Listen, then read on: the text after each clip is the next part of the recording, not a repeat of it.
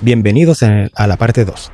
Si no viste la primera parte, te recomiendo que veas antes, que vea esa primero, porque aquí vamos a construir sobre lo que ya establecimos ahí. Y vamos a empezar con una pregunta que casi nadie hace. ¿Qué pasó con Moab después de Ruth? Porque piénsalo bien, si Ruth invirtió el comportamiento de Moab, si ella dio pan donde Moab negó pan, si ella edificó la casa de Israel donde Moab intentó destruirla, entonces, ¿qué quedó? ¿Quedó resuelto el asunto de Moab? ¿Se acabó la hostilidad? ¿Cambió la nación?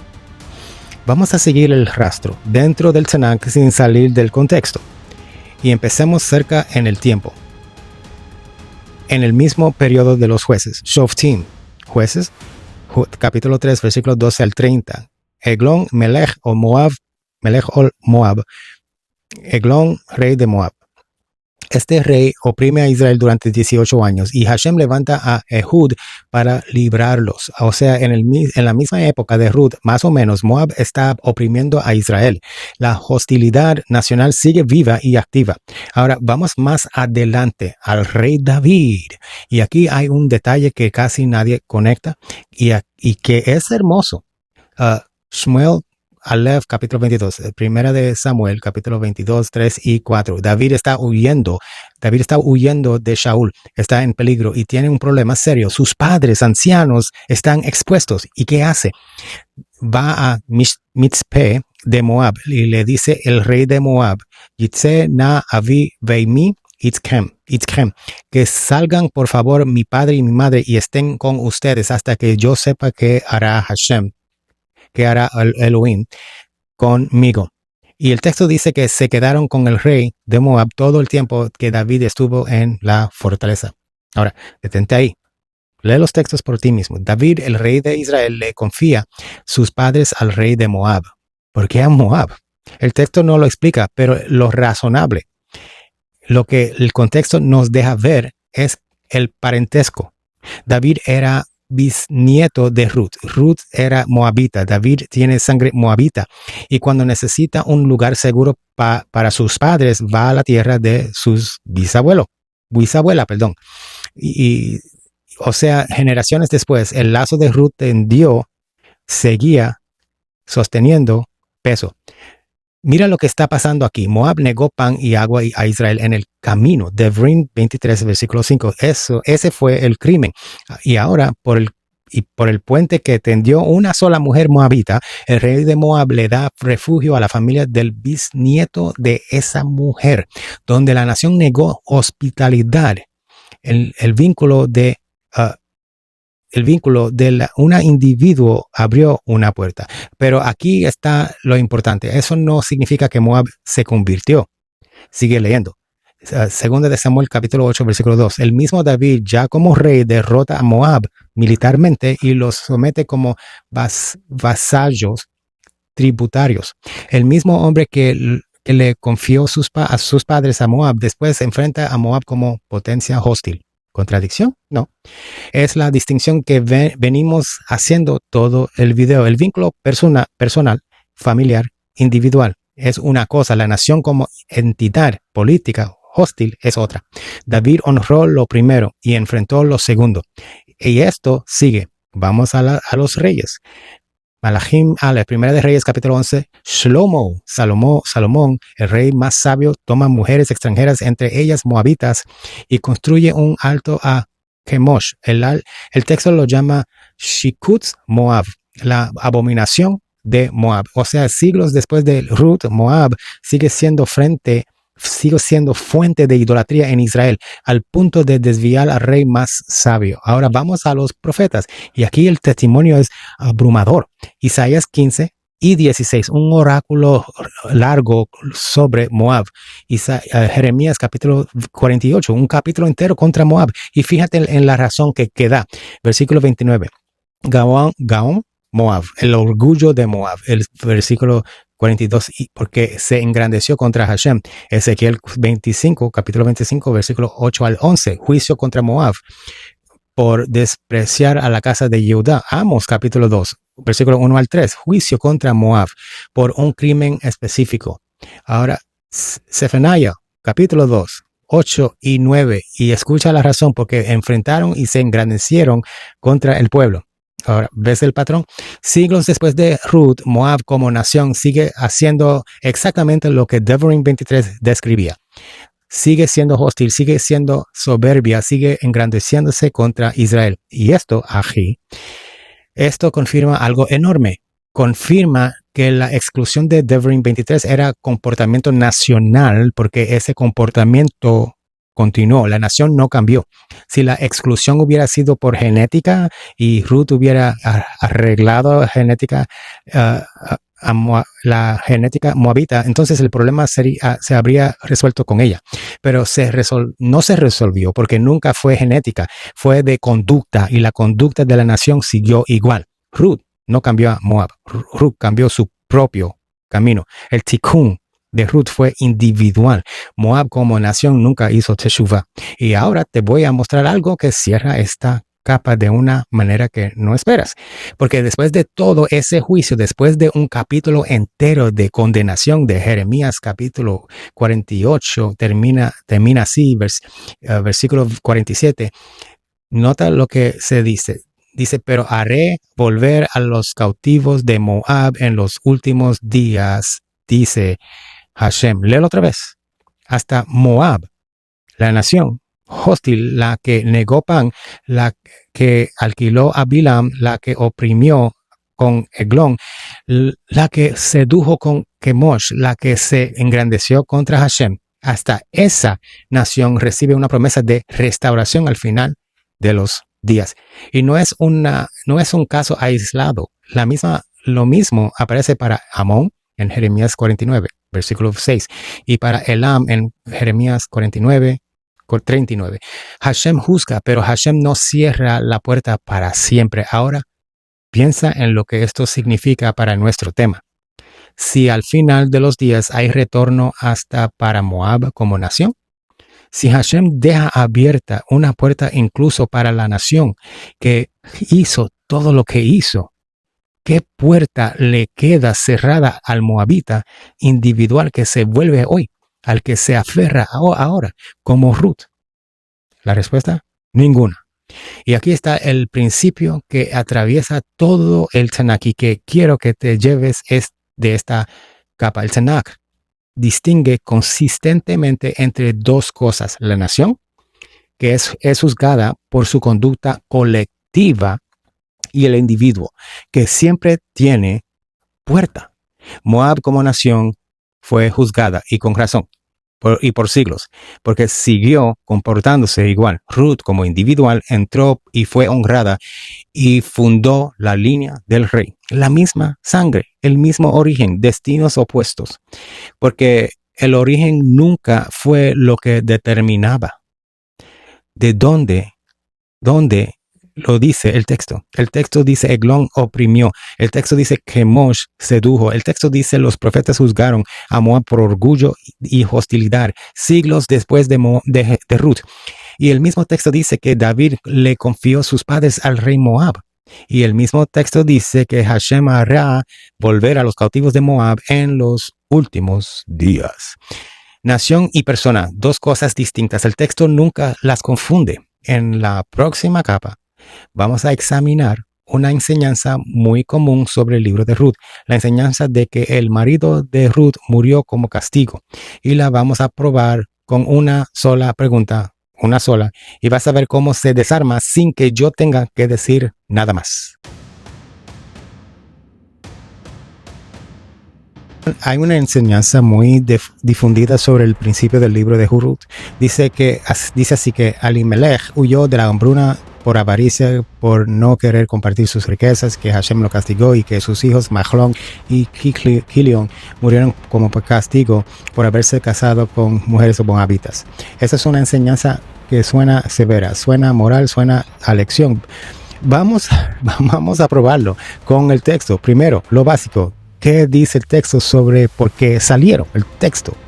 Ruth capítulo 1 versículo 1. Y aconteció en los días en que juzgaban los jueces que hubo hambre en la tierra, y un hombre de Belén de Judá fue a residir en los campos de Moab. Hubo hambre. Esa es la razón que el texto da. Punto. No dice avaricia, no dice egoísmo, no dice que se negó a compartir, no dice que huyó de sus responsabilidades. Dice que hubo hambre y que se fue. Todo lo demás, el motivo egoísta, la acusación moral, eso se añadió después. Ahora, las muertes, ¿qué dice el texto sobre eso? Versículo 3 dice, y murió Elimelech, marido de Noemí. Punto. Sin razón. Versículo 5, y murieron también los dos, Mahlón y Quilión. Punto. Sin razón. El texto narra las muertes como hechos, no da razón, no da causa, no da juicio moral, no dice por qué pecaron, no, eso no lo dice. No dice por qué Hashem los castigó, no dice nada. Silencio total. Y ahora alguien podría decir, bueno, pero Noemí misma la interpreta así. Y es verdad, hay que mirarlo. Versículo 1, versículo 22, Noemí dice, Hashem ana vi Shaddai hera li. Hashem ha testificado contra mí y Shaddai me ha afligido. Eso no es mí diciendo. En el versículo 20 pide que la llamen Mara, amarga. Noemí está diciendo eso. Sí, Noemí lee su tragedia como aflicción. Noemí lo lee así. Aflicción venida de Hashem. Pero fíjate quién está hablando. Si nota eso, una mujer acaba de perder a su esposo y a sus 2 hijos, una mujer en duelo profundo que regresa a su ciudad con las manos vacías.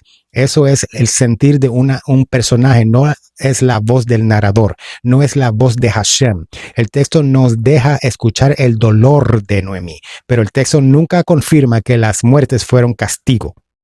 Y el autor, que perfectamente pudo haber escrito murieron porque pecaron, eligió no escribirlo. Ese silencio es deliberado. Ahora vamos a la parte principal, la pregunta, ¿por qué yo no tengo que argumentar mucho aquí? No tengo. Solo tengo que hacer una pregunta. La enseñanza dice que Mahlón murió por castigo, por haberse casado con Ruth la Moabita. Es decir, la unión con Ruth fue el pecado. Muy bien, ok. Entonces dime una cosa, ¿qué hizo Boaz? Boaz tomó a esa misma mujer, la misma Ruth, la misma Moabita, y no lo hizo a escondidas, lo hizo públicamente en el tribunal, delante de 10 ancianos, delante de todo el pueblo, declarando en voz alta, y que tomaba a Ruth la Moabita 2 veces en el acto. Si casarse con Ruth, la Moabita, era un pecado castigado con muerte, ¿por qué Boaz no murió? ¿Por qué a Boaz no le pasó nada? Es más, ¿por qué a Boaz le fue bien? Ruth capítulo 4, versículo 13, donde dice, y tomó Boaz a Ruth y fue su mujer, y él vino a ella y Hashem, escucha, y Hashem le dio que concibiera y dio a luz un hijo. Detente en la frase del medio. Y Hashem le dio que concibiera. El texto atribuye la concepción directa a Hashem. Pregúntate, ¿Hashem bendice con un hijo la misma unión que castigó con muerte? Piénsalo. Hashem mata a uno por casarse con esta mujer y luego le da un hijo al otro por casarse con la misma mujer. Eso es algo imposible. La misma acción no puede ser pecado mortal cuando la hace uno y bendición divina cuando la hace el otro. Y la unión era pecado, y entonces Boaz también debería caer, o la unión no era pecado, entonces el castigo nunca existió. No hay tercera opción. Y hay más, porque el texto lo refuerza. Ruth capítulo 4, versículo 10. Boaz declara que toma a Ruth para levantar el nombre del difunto sobre su heredad. Y añade, para que no sea cortado el nombre del muerto. Ahora, piénsalo. Piensa. Si Mahlón fue un pecador castigado por Hashem, ¿por qué el texto se preocupa de restaurar su nombre? A los que perecen en rebelión, el texto les borra el nombre, no se lo restaura. Pero Mahlón, el texto le honra el nombre y lo honra a través del la misma unión que supuestamente lo mató. El texto trata a Mahlón con dignidad, no con la vergüenza de un castigo. Ahora, el remate, el que cierra todo. ¿Qué salió de esa unión que llaman pecado? Sigue el texto hasta el final, versículo 17, ¿qué dice? Dice, pon atención, le pusieron por nombre Obed. Él es el padre, él es padre de Yeshai, padre ¿de quién? De David. De esa unión sale el rey. De esa unión sale la dinastía. De esa unión sale la línea de la promesa. Entonces yo pregunto, y quiero que lo pienses de verdad. ¿Hashem edifica el trono de David sobre un pecado? ¿Hashem hace brotar su dinastía real desde la raíz de un crimen que él mismo castigó con muerte? Esa es teológicamente imposible. El fruto prueba la raíz. Si el fruto es David, el rey conforme al corazón de Hashem, entonces la unión no era un pecado, punto. Se acabó. Y mira lo que acaba de pasar. La enseñanza del castigo no solamente no está en el texto lo refuta desde tres lados distintos. Uno, no da ninguna causa de los muertes. Silencio. 2. Honra a Mahlón y restaura su nombre en vez de avergonzarlo. 3. Bendice la misma unión con Boaz, ¿qué es eso? Con un hijo dado por Hashem hasta llegar al rey David Melech. 3 datos del texto, los 3 contra el castigo. Y ahora quiero que veas por qué esto importa más de lo que parece. Porque esa enseñanza no es inocente. Piensa en el mensaje que envía. Si Mahlón murió por casarse con una moabita, entonces el mensaje implícito es unirse con el extranjero trae muerte.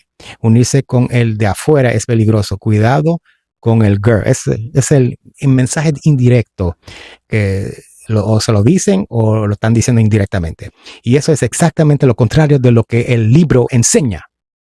Porque de esa unión que llaman peligrosa salió el rey de Israel. El texto premia la incorporación. La enseñanza añadida la problematiza. ¿Ves el patrón otra vez? El texto abre la puerta. Lo que se añadió lo complica. ¿Dónde lo dice el texto? El texto dice que hubo hambre. El texto dice que murieron. El texto no dice por qué. El texto sí dice que Hashem le dio un hijo a Ruth. Y de ahí salió David Melech. Todo lo demás fue añadido. En la próxima capa vamos a saltar siglos hacia adelante al regreso del exilio. Cuando el pueblo volvió, leyó la Torah en voz alta. Encontró Devarim 23 y separó a los moabitas. Y vamos a hacer la pregunta incómoda. ¿Se olvidaron de Ruth? ¿Se perdió el linaje de David? Y la respuesta va a confirmar todo lo que hemos visto.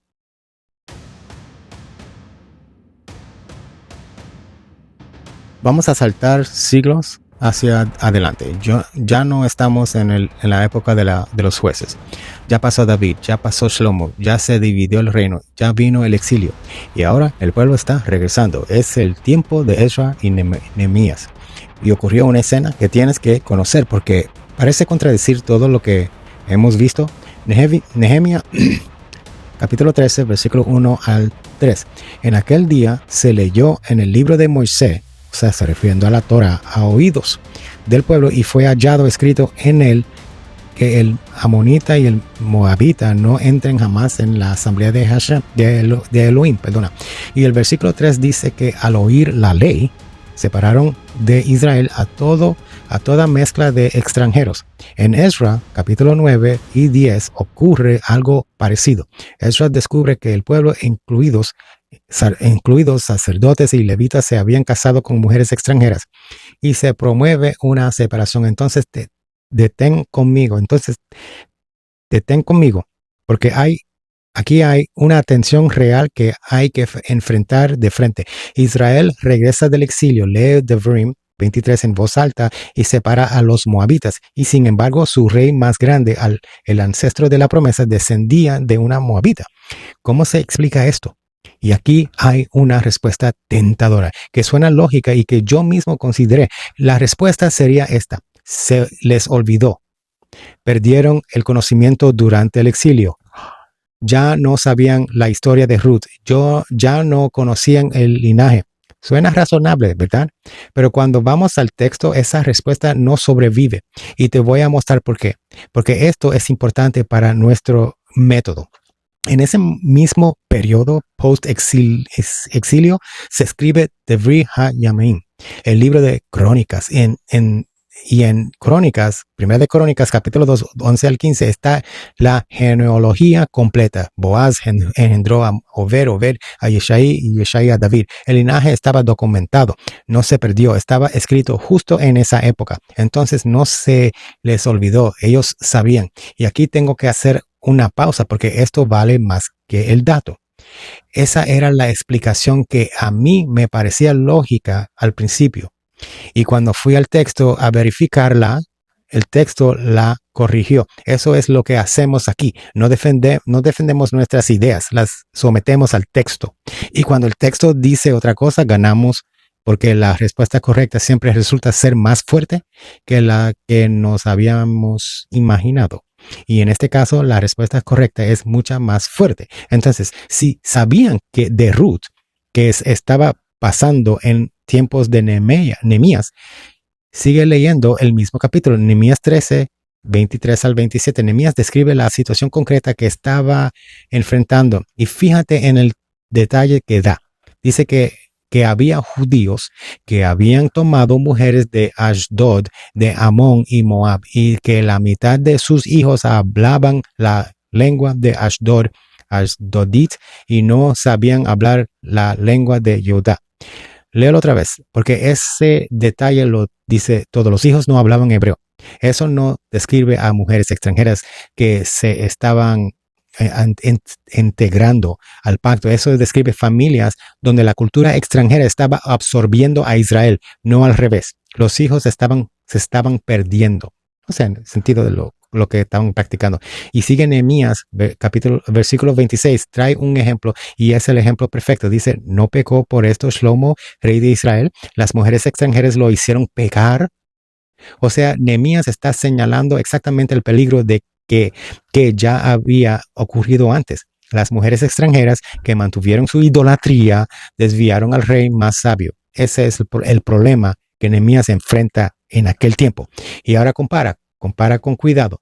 ¿Qué hizo Ruth? Ruth dejó su tierra, dejó su padre y su madre, dejó a su pueblo y dijo con su boca, tu Dios es mi Dios. Ruth abandonó lo pagano y se aferró al pacto. Y las mujeres de Nehemías y las mujeres que Nehemías se enfrenta trajeron su idolatría con ellas. Sus hijos no hablaban hebreo. La influencia iba en dirección contraria, hacia afuera del pacto, no hacia adentro. Y misma etiqueta, moabitas extranjeras, direcciones opuestas. Una dejó lo suyo y se aferró. Las otras mantuvieron lo suyo y arrastraron. ¿Y qué dice Devarim 23? Ya lo vimos. Y esto lo confirma. Devarim 23 apunta a la conducta hostil y a las naciones que negó y que maldijo, no a la genética de una persona. Nehemías está aplicando el verso a exactamente el caso que el versículo describe. Extranjeros cuyo comportamiento estaban dañando al pueblo del pacto. Y Ruth es el caso opuesto. Ruth es la extranjera que invirtió ese comportamiento. No son el mismo caso, nunca lo fueron. Y fíjate en lo que esta escena termina probando. Si Devarim 23 fuera una prohibición genética absoluta, sin importar la conducta, entonces David habría sido un escándalo. Habría habido un problema con la casa real. Alguien lo habría planteado. Pero no, nadie en Ezra ni en Nehemías dice, y por cierto, la casa de David está descalificada. Nadie, porque nunca lo estuvo con ese problema. La categoría siempre fue la conducta, la adhesión o la hostilidad. Y por eso Ruth entra y las otras se separan, aunque compartan el mismo origen. Son diferentes casos. Y ahora quiero que te lleves esto porque es el principio que atraviesa todas las escrituras. El mismo origen no produce el mismo resultado. Ruth y Orpa, mismo origen, decisiones opuestas. Ruth y las mujeres de Nehemías, mismo origen, direcciones opuestas. Manashe con alma davídica y Nínive gentil pagana, y cada uno terminó donde su corazón los llevó. El origen te dice de dónde vienes. Nunca te dice a dónde vas. ¿Dónde lo dice el texto? El texto dice que Nehemías leyó Devarim 23 y el texto también dice cuál era el problema concreto.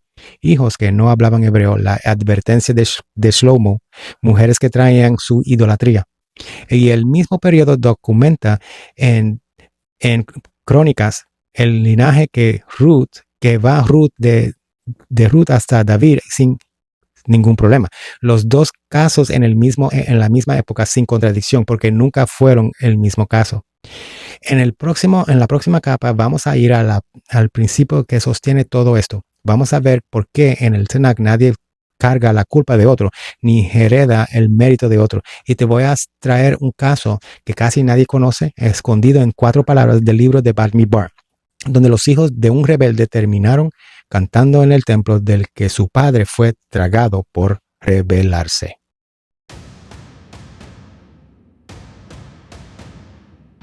Llegamos al principio que sostiene todo lo que hemos visto, y para llegar allí te voy a llevar a un lugar del Tanakh que casi nadie conoce. Pero antes quiero establecer la ley, la Torah, porque la Torah viene primero. Devarim 28, versículo 16 dice: no morirás los padres por los hijos, ni los hijos morirán por los padres. Cada uno morirá por sus pecados, por su pecado. Es directo, es claro. No hay ambigüedad. Nadie muere por el pecado de otro. Punto. Y no es un versículo aislado. El profeta lo desarrolla con una fuerza tremenda. Ezequiel 18, donde dice: y mira cómo comienza. En el versículo 2, Hashem cita un refrán que la gente andaba repitiéndolas. Los padres comieron uvas agrias y los dientes de los hijos tienen la dentera. O sea, la gente decía: nosotros estamos pagando lo que hicieron nuestros padres. Lo que ellos comieron, nosotros lo sufrimos. ¿Y qué responde Hashem? En el versículo 3 les dice que no vuelvan a usar ese refrán en Israel. El versículo 4 dice: todas las almas son mías, como el alma del Padre, así el alma del Hijo mías son. El alma que peca, esa morirá. Y el versículo 20 lo repite: el Hijo no carga el pecado del Padre, ni el Padre el pecado del Hijo. La justicia del justo será sobre él, y la maldad del malvado será sobre él. Y luego, en el versículo 21 al 24, Hashem lo lleva aún más lejos. Si el malvado se vuelve de todos sus pecados, vivirá, no morirá. Y si el justo se aparta de su justicia y se hace maldad, morirá. Detente ahí. Ni el malvado está atrapado en su pasado, ni el justo está garantizado por el suyo. Todo se decide en la dirección presente del corazón, y esa es la responsabilidad individual. Y es un principio que atraviesa los 3 niveles del Tanakh. Está en la Torah, en Devarim 24, está en los profetas, en Ezequiel 18, y ahora te voy a mostrar dónde está en la narrativa. Vamos a Números, al episodio de Korah. Bamidbar, Números 16. Korah se rebela contra Moisés y contra Aarón, y el juicio es terrible. Versículo 31 al 33. La tierra abre su boca y se los traga, y a Korah y a los suyos descienden vivos al abismo. Es una de las escenas más impresionantes de toda la Torah. Y ahora avanza. El capítulo 26, estamos en el censo, una lista de nombres y números. La gente lee estos capítulos rápidos porque parecen puras listas. Y ahí, en medio de la lista, en el versículo 11, hay 4 palabras que cambian todo. Uvnei, Korah, lo metu. Y los hijos de Korah no murieron. Leer otra vez. Los hijos de Korah no murieron. El padre se rebeló, el padre fue tragado por la tierra, y los hijos no murieron. ¿Por qué? Porque ellos no participaron de la rebelión. La separación de sus corazones los separó del juicio. Devarim 24:16, en acción narrativa, cada uno por su pecado. Pero espera, porque esto se pone mejor, ahora mucho mejor. Quédate conmigo, que vamos a llegar al punto de Ruth. Abre el libro de Tehillim, Salmos, mira los encabezados en en los saltes, porque ahí está el tesoro. Salmo 42 dice de los hijos de Coraj, 44 de los hijos de Coraj, 45, 46, 47, 48, 49 de los hijos de Coraj. Más salmos, 84, 85, 87, 88 de los hijos de Coraj. 11 salmos. Los descendientes del hombre que se rebeló contra el santuario terminaron siendo cantores del santuario. Y no cualquier salmo. Escucha lo que cantan en el Salmo 84. Dice, cuán amables son tus moradas, Hashem de los ejércitos. Y más adelante en ese mismo salmo, Kitov Yom Bajat Zereja Mealef. Mejor es un día en tus atrios que 1000 fuera de ellos. Ahora, piénselo bien. El padre quiso tomar el santuario por la fuerza y la tierra se lo tragó. Los hijos escribieron el anhelo más hermoso que existe por ese mismo santuario. Y ese salmo sigue cantando hasta hoy. Ahora, conecta esto con Ruth, porque es el mismo principio en espejo. Mira los dos casos, lado a lado. Los hijos de Coraj, origen, un rebelde tragado por la tierra. ¿Heredaron su culpa? No, no murieron. Y su decisión de no participar los llevó a cantar en el templo. Ruth, origen, Moab, la nación que negó pan y que pagó por una maldición. ¿Heredó esa culpa? No, y su decisión de aferrarse la llevó a fundar la línea del rey.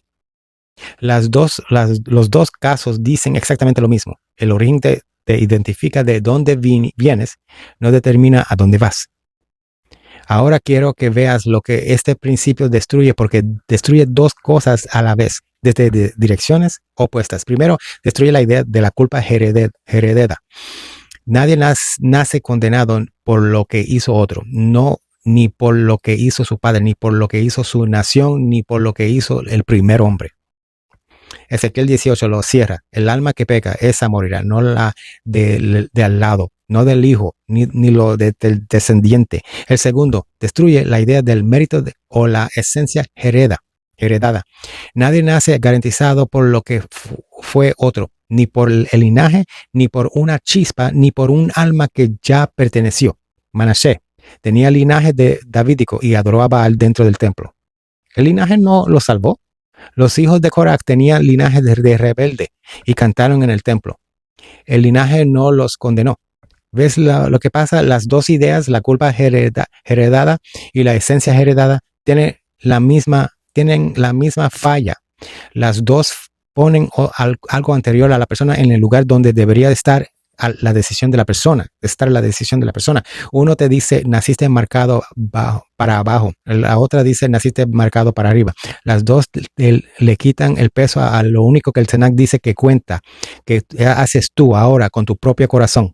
Y aquí llegamos al remate de esta capa, porque este principio la da a Ruth su verdadera dimensión. Si Ruth hubiera entrado por un alma predestinada, no habría mérito. Estaba escrito, no decidió nada, solo cumplió un guión.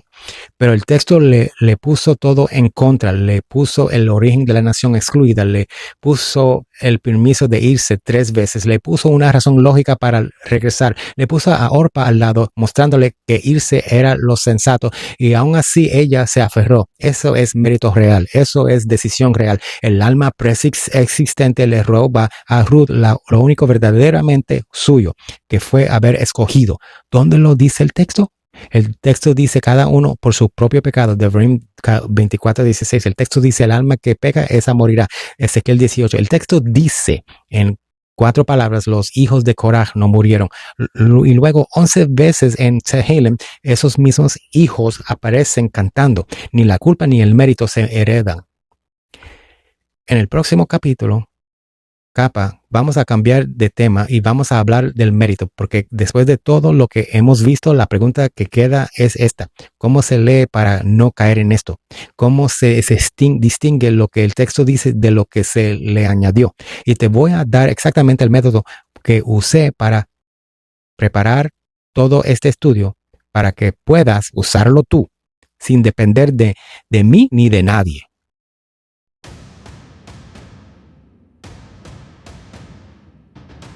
Llegamos a la capa más importante de todo este video y te voy a explicar por qué. Porque si tú te llevas solamente las conclusiones sobre Ruth y te llevaste algo, pero si te llevas el método, te llevaste la herramienta. Con las conclusiones dependes de mí. Con el método no dependes de nadie. Y eso es lo que quiero para ti. Entonces, ¿cómo se lee para no caer? Te voy a dar exactamente lo que usé para preparar este estudio. Paso por paso. Primer paso, el peshat. Lo lógico, lo simple, lo sencillo. Lee el sentido llano, lo que el texto dice, como está en el orden en que está. No empieces buscando capas ocultas. No empieces buscando secretos. No empieces preguntando qué significa esto místicamente. Empieza preguntando, ¿qué dice? Porque si no sabes lo que dice, no tienes derecho a preguntar qué significa. Segundo paso, verifica el idioma. Cuando algo te huela raro, cuando una palabra parezca cargar demasiado peso, ve al hebreo. Sencillo. Y no para hacerte experto, es para verificar una sola cosa, si el traductor fue fiel o si metió una opinión. Ya lo hicimos en este video. Buscamos la palabra será en Ruth 1.16 y no estaba. El traductor la puso. Eso lo puede hacer cualquiera. Hay interlineales gratis, hay concordancias. No necesitas 10 años de estudio para contar cuántas palabras tiene un versículo. Tercer paso, contexto. Y aquí hay una escalera porque el contexto tiene niveles. Primero el versículo mismo, después el pasaje, lo que viene antes y lo que viene después. Esto solo resuelve la mayoría de los problemas. Endeavoring Deuteronomio 23, versículo 4, parece cerrado y absoluto. Lees el versículo 5 y encuentras la razón. Un solo versículo más, después el libro entero. ¿Cómo usa este libro esa palabra, ese idioma, ese personaje? Después la sección, la Torá, los profetas, los escritos. Y por último, el Tanakh completo, comparar escritura con escritura. Fíjate cómo lo hicimos. Para entender Davka en Ruth, fuimos a Devarim 10. Para entender la categoría de Ger, fuimos a Shemot 12, a Vaikra Levítico 19, a Bamidbar Números 15, a Yeshayahu, Isaías 56, para entender la responsabilidad individual. Fuimos a Devarim, Deuteronomio 24, a Ezequiel 18, a Bamidbar Números 26. El Tanakh se interpreta a sí mismo. Antes de salir del texto, el texto todavía tiene más que decirte. Cuarto paso, pregunta por el autor. ¿Qué quería comunicar el que escribió dentro de toda su obra? Y aquí hay una regla de oro. Un autor no se contradice a sí mismo. Si un versículo parece decir algo que contradice lo que el mismo autor afirma en otro lugar, el error no es del autor, es de nuestra lectura. Y esta herramienta sirve para todo. Moisés escribió Ein od milvado, no hay otro fuera de él, en Devarim 4, versículo 35, y lo repite en versículo 39. Y en Devarim 13 legisló pena de muerte contra quien llame a seguir a otros dioses. Entonces, cuando alguien toma la palabra Echad y en el Shema y dice que significa unidad compuesta, plural, la pregunta se hace sola. El mismo Moisés que escribió no hay otro fuera de él, iba a esconder una pluralidad en la palabra uno. El autor ya te dijo lo que creía y no se contradice. Y funciona igual con los profetas. Yeshayahu escribió en el capítulo 43, versículo 11, fuera de mí no hay salvador. Entonces, cuando alguien toma el capítulo 53 y lo lee como si presentara a otro salvador que muere por los pecados de otros, la pregunta es la misma. El mismo profeta que escribió fuera de mí no hay salvador y iba a presentar 10 capítulos después a otro salvador. Y un verdadero profeta que conoce Devarim 24, versículo 16, donde Hashem dice que cada uno muere por su pecado, iba a enseñar que uno muere por los pecados de otro. El autor no se contradice y esta herramienta la usamos con Ruth también. El autor de Ruth nunca menciona un alma. Y si construyó toda la escena del capítulo 1 alrededor de una decisión bajo presión. Eso te dice qué quería que vieras. El quinto paso, verifica dentro del Tanakh antes de salir. Y si después de todo eso queda algo que por entender, entonces sí, puedes consultar fuentes posteriores, comentarios, tradiciones, el Talmud, por ejemplo, pero con 3 preguntas encima. Primero, ¿esta fuente sirve al texto o lo contradice? Si ilumina lo que el texto ya dice, tiene valor. Si contradice lo que el texto dice, claro, pierde autoridad sobre el texto. Olvídate de eso. Segundo, está añadiendo como obligatorio algo que el texto no dice. Devarim 4:2, recuérdate de eso, no añadirán a la palabra ni quitarán de ella. Tercera, ¿esto nace del texto? O otra vez repito, tercera, ¿esto nace del texto o se importó de afuera y se aplicó hacia atrás? Y quiero ser muy claro aquí, porque no quiero que salgas con una idea torcida. Esto no es una vara contra una sola tradición. Esta vara corta parejo. La aplicamos al Talmud cuando una distinción gramatical resuelve un problema que el contexto ya había resuelto. La aplicamos a la mística cuando una doctrina de siglos después se lee hacia atrás sobre un texto que nunca la mencionó. Y la aplicamos exactamente igual al cristianismo. Cuando un léxico convierte ejad en composición o cuando ejie, que es seré, se traduce como yo soy para sostener una teología. Una sola vara, el Tanakh, para toda fuente posterior. Porque el error no es de un bando, el error es humano. Cualquiera que llega al texto con una conclusión ya armada, ya va a doblar el texto para que le quepa.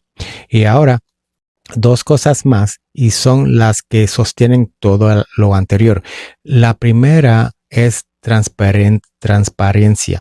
Cuando enseñas, marca la diferencia entre 3 niveles. Lo que el texto dice, Pashat explícito, Ruth dijo, tu pueblo es mi pueblo. Eso está escrito. Lo que el texto deja ver, inferencia razonable. Ruth aprendió la Torah en 10 años de hogar israelita. El texto no lo dice con esas palabras, pero lo muestra. Y lo que tú aplicas, tu conclusión. Por lo tanto, el GERD de hoy no necesita un comité. Los 3 son legítimos, pero hay que decir cuál es cuál. El que mezcla los 3 y presenta su aplicación como si fuera Peshat está haciendo exactamente lo que critica. La segunda cosa, la más difícil de todas, humildad ante el texto, anavá. Y no me refiero a la humildad falsa de decir yo no puedo entender nada sin que alguien me explique. Eso no es humildad, eso es dependencia. Me refiero a la humildad real, la de estar dispuesto a que el texto te corrija a ti. En este mismo video pasó. En la capa anterior te lo conté. Yo tenía una explicación sobre Nehemías y que me parecía lógica. Fui al texto a verificarla y el texto la corrigió. Y la respuesta correcta resultó ser más fuerte que la mía. Eso tiene que poder pasarte a ti mismo, porque sin esa disposición, los otros cinco pasos no sirven de nada. Se convierten en herramientas para justificar lo que ya querías creer. El que llega con la conclusión hecha, usa el texto. El que llega dispuesto a ser corregido, lee el texto. Y ahora te lo resumo en una sola línea, la que quiero que te lleves. No se trata de interpretar mejores, se trata de no interpretar de más. No hace falta que le agregues nada al texto, hace falta que le quites lo que le agregaron. Porque el texto ya hablaba solo había que dejarlo. ¿Dónde lo dice el texto? Esa pregunta que hemos repetido en cada capa, esa es todo el método en 5 palabras. Hazla siempre, hazla conmigo también, hazla con este video. Verifica todo lo que te he dicho, abre tu Tanakh, busca las referencias, cuenta las palabras. Y si algo de lo que dije no está en el texto, quítalo. Yo también estoy bajo la misma vara. En la última capa vamos a responder la pregunta que le da sentido a todo esto. Después de 17 capas de texto, de hebreo y de contexto, queda una sola palabra y no es sobre Ruth.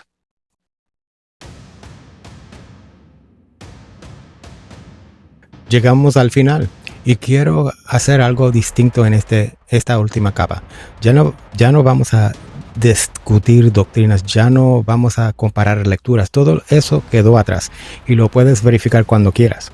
Ahora quiero hablarte a ti, porque hay alguien viendo esto que no vino por curiosidad académica, vino porque le dijeron que no pertenece.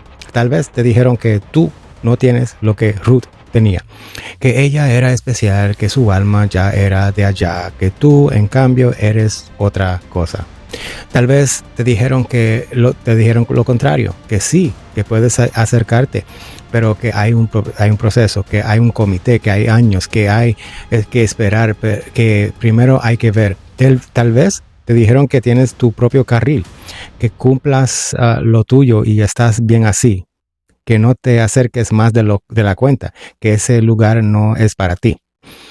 O tal vez nadie te dijo nada, tal vez simplemente sentiste cada vez que abriste la boca que estabas pidiendo permiso para algo que no te correspondía.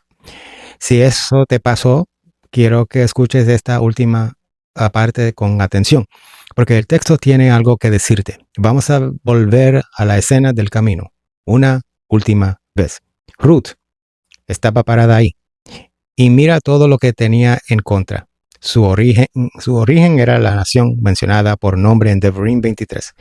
No cualquier nación, la nación que negó pan y agua, la que pagó por una maldición, no tenía marido, no tenía hijos, no tenía tierra, no tenía dinero, no tenía a nadie que la respaldara, no tenía un certificado, no tenía un aval, no tenía a ningún hombre importante diciendo que ella estaba en regla. Y para completar, la única persona que la conocía le estaba rogando que se fuera 3 veces. Si alguien tuvo razones para creer que no pertenecía, fue ella. ¿Y qué hizo? No pidió permiso, no preguntó si calificaba, no esperó que alguien la aprobara. Habló en presente y dijo lo que era verdad. Tu pueblo es mi pueblo, tu Dios es mi Dios. Y se aferró. Y ahora te voy a preguntar algo. ¿Qué pasó después? Hashem la toleró, la dejó entrar por la puerta de atrás, la aceptó como un caso especial, la puso en categoría intermedia, cerca pero no adentro. Lee el final del libro. Boaz la toma por esposa públicamente en el tribunal. Los ancianos la bendicen, comparándola con Rachel y con Lea, las madres de Israel. El texto dice que Hashem le dio que concibiera. nace Obed, las mujeres de Belén celebran, y el libro cierra con una genealogía que termina en una sola palabra: David. Hashem no la toleró, Hashem la honró y no la puso en el margen, la puso en el centro, en la línea del rey, en la línea de la promesa. Y ahora quiero que veas lo que ella hizo, porque es lo único que hizo y lo puedes hacer tú. Ruth dejó lo que tenía que dejar, su tierra, su pueblo, sus dioses, lo dejó y se aferró a Hashem y a su pueblo. Y eso es todo. No hubo un alma especial, ella nunca la mencionó, nadie se la mencionó. No hubo un tribunal que la validara. Cuando el tribunal se reunió, ella ni siquiera estaba presente. Y lo que se trató fue un parcela y un matrimonio. No hubo un proceso, no hubo una espera, no hubo examen. Hubo una mujer que dejó lo pagano y se aferró al pacto. Y eso es exactamente lo que el profeta describe en Isaías 56. Vamos a escucharlo una última vez, porque ahora vas a oírlo distinto. Versículo 3. Hashem se adelanta al miedo. Beal Yomar Ben Hanejar Hanilva el Hashem Lemor. Havdel Yavdelini Hashem Meal Amó. Y no diga el hijo del extranjero que se ha unido a Hashem. Ciertamente Hashem me separará de su pueblo. Escucha eso. Hashem sabía que ese pensamiento iba a llegar. Sabía que alguien en algún momento iba a sentir que a pesar de haberse unido, lo iban a separar. Y Hashem se adelantó y dijo, no digas eso. Versículo 6. Lo que se unen a Hashem para servirle, para amar su nombre, para ser sus siervos, todo lo que el que guarda el Shabbat y se aferra a su pacto. Versículo 7 dice, yo los traeré a mi monte santo y los alegraré en mi casa de oración. Hashem dice, yo los traeré. Hashem en primera persona. No dice que pasen por el proceso y después veremos. No dice que alguien los evalúe. No dice que esperen su turno. Dice, yo los traeré. Y el versículo 8 dice, Od akabetz alav le nikbatzav. Aún juntaré otros sobre los ya reunidos. Aún más. La puerta sigue abierta. Hashem mismo lo dijo. Entonces, ¿qué significa Ruth para ti? Significa esto. La puerta que Ruth cruzó nunca estuvo cerrada. Nadie tuvo que abrirla para ella. Ya estaba abierta desde Shemot 12, 1000 años antes de que ella naciera. Y sigue abierta. Y las condiciones son las mismas hoy que entonces. Dejar lo que te separa de él. Aferrarte a su pacto. Servirle. Eso es todo. Eso es lo que el texto pide, que lo sirva. Ahora, una cosa más, y esta es importante porque no quiero que salgas de aquí con una idea equivocada. Yo no estoy diciendo que hagas lo que yo digo. Yo no soy tu autoridad, yo no soy tu puerta, yo no soy tu maestro obligatorio. Si alguien viera este video y saliera pensando que ahora tiene que creerme a mí en lugar de creerle al sistema, entonces yo fallé completamente. Solo habría cambiado un intermediado por otro.